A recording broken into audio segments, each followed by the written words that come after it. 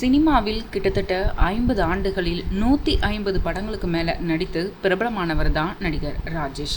இவர் நடிகராக மட்டும் இல்லாமல் பல்வேறு தொழில்களிலும் சிறந்து விளங்கியிருக்காரு. இவரோட திரைப்பயணம் மற்றும் இவர் செய்து வந்த தொழில்கள் என்னென்ன அப்படிங்கிறத பற்றியும் இவரோட பின்னணி என்ன அப்படிங்கிறத பற்றியும் முழு தகவல்களை இந்த வீடியோவில் பார்க்கலாம். திருவாரூர் மாவட்டம் மன்னார்குடியில் வில்லியம்ஸ் நாட்டார் லிலி கிரேஸ் தம்பதிக்கு மகனாக 1949ஆம் ஆண்டு டிசம்பர் 20ஆம் தேதி பிறந்தார் ராஜேஷ். இவர் தன்னோட பள்ளிப்படிப்பை திண்டுக்கல் மாவட்டம் வடமதுரையில் முடித்திருக்காரு. பிறகு காரைக்குடியில் உள்ள அழகப்பா கல்லூரியில் PUC படித்த இவர் மேற்படிப்புக்காக சென்னை வந்தார். சென்னை பச்சையப்பாஸ் கல்லூரியிலும் படித்த ராஜேஷ் அவர்கள் பிறகு ஆசிரியர் பயிற்சி முடித்தார். இதற்கடுத்து சென்னை புரஷவாகத்தில் இருக்கக்கூடிய செயின்ட் பால் பள்ளியில் ஆசிரியராக பணியாற்றியிருக்காரு. பிறகு திருவல்லிக்கேணியில் இருக்கக்கூடிய கல்லட் பள்ளியிலும் பணியாற்றியிருக்காரு. சுமார் 7 ஆண்டுகளாக ஆசிரியராக பணியாற்றியிருக்காரு நடிகர் ராஜேஷ் அவர்கள். பள்ளியில ஆசிரியராக பணியாற்றும் போதே ராஜேஷ் அவர்களுக்கு சினிமா வாய்ப்பு வந்திருக்கு. கடந்த 1974ஆம் ஆண்டு கே. பாலச்சந்தர் இயக்கத்தில் வெளிவந்த அவள் ஒரு தொடர்கதை அப்படிங்கிற பிளாக் பஸ்டர் ஹிட் படம் மூலம் நடிகராக அறிமுகமானார் ராஜேஷ் அவர்கள். அந்த திரைப்படத்தில் சின்ன ரோலில் தான் நடிச்சிருந்தார். அதனை அடுத்து தான் 1979ஆம் ஆண்டு வெளிவந்த கன்னி பருவத்திலே படம் மூலம் ஹீரோவாக அறிமுகமானார் ராஜேஷ். அதற்கு பிறகு அந்த 7 நாட்கள் உள்ளிட்ட பல்வேறு படங்களில் நடித்தார். இதனை அடுத்து பாலச்சந்தர் இயக்கிய அச்சமில்லை படத்திலும் நாயகனாக நடித்திருந்தார். அவள் ஒரு தொடர்கதை படத்தின் மூலம் சினிமாவிலும் கன்னி பருவத்திலே திரைப்படத்தில் நாயகனாகவும் அறிமுகமாகி தொடர்ந்து பல படங்களில் நாயகனாகவும் குணச்சித்திர கதாபாத்திரமாகவும் நடித்து புகழ்பெற்றவர் தான் கலைமாமணி நடிகர் ராஜேஷ் அவர்கள். 150 திரைப்படங்களுக்கும் மேலாக நடிச்சிருக்காரு. தமிழ் மட்டும் இல்லாம மலையாளம், தெலுங்கு திரையுலகிலும் நடிச்சிருக்காரு.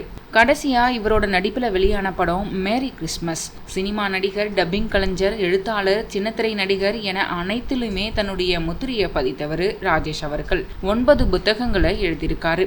உலக சினிமா, தத்துவம், கம்யூனிசம், நாத்திகம், ஆன்மீகம், ஜோதிடம் என பல துறைகளிலும் இருக்கக்கூடிய ஆயிரக்கணக்கான நூல்களை வாசிக்கக்கூடிய பழக்கம் கொண்டவர் ராஜேஷ் அவர்கள். அவர் கடவுள் மறுப்பாளராக இருந்து ஜோதிட நம்பிக்கை உள்ளவராகவும் ஜோதிடத்தில் ஆழ்ந்த புரிதல் கொண்டவராகவும் மாறியவர். தமிழ்நாடு அரசு எம்ஜிஆர் திரைப்படம் மற்றும் தொலைக்காட்சி பயிற்சி நிறுவனத்தினுடைய பணிகளை செம்மையா மேற்கொண்டதனால அந்த நிறுவனத்தின் தலைவராக திரைப்பட நடிகர் ராஜேஷ் நியமனம் செய்யப்பட்டிருந்தார்.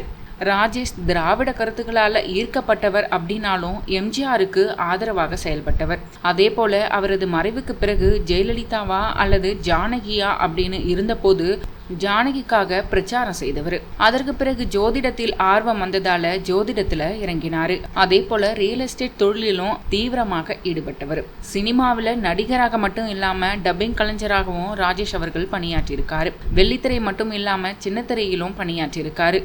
ஜி தொலைக்காட்சியில ஒளிபரப்பான கார்த்திகை தீபம் தொடரில் ராஜேஷ் தீபாவின் தந்தையாகவும் நாதஸ்வர கலைஞராகவும் நடித்திருந்தார். சென்னை தரமணியில் இருக்கக்கூடிய எம்ஜிஆர் திரைப்பட கல்லூரியில் சேர்மனாகவும் பணியாற்றியிருக்காரு.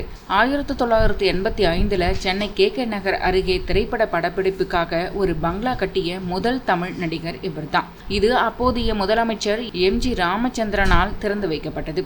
அந்த வீட்டில் தமிழ், மலையாளம், இந்தி போன்ற மொழிகளில் வெளிவந்த பல திரைப்படங்களின் படப்பிடிப்புகள் நடைபெற்றிருக்கு. பிறகு 1993 வீடு, நிலம் வாங்கி விற்கக்கூடிய வணிகத்தை தொடங்கியதனால அந்த வீட்டை இவர் வித்துட்டாரு.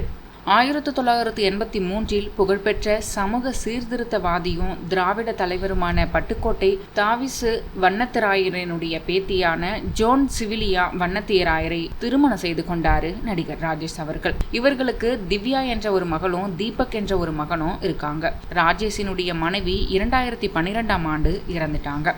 ஏற்கனவே மூச்சு திணறல் பிரச்சனைகள்ல இருந்து வந்த நிலையில இன்று காலை ராஜேஷ் அவர்களுக்கு திடீரென்று உடல்நலக்குறைவு ஏற்பட்டிருக்கு. இதனை அடுத்து உடனடியாக மருத்துவமனைக்கு அழைத்து செல்லப்பட்டிருக்காரு. ஆனா மருத்துவமனைக்கு செல்லக்கூடிய வழியிலேயே உயிர் பிரிந்திருக்கு. அவருக்கு தற்போது வயது 75. அவரது மறைவு திரைத்துறையில பலருக்கும் அதிர்ச்சியை அளித்திருக்கு. பலரும் தங்களோட இரங்கலை தெரிவித்து வராங்க.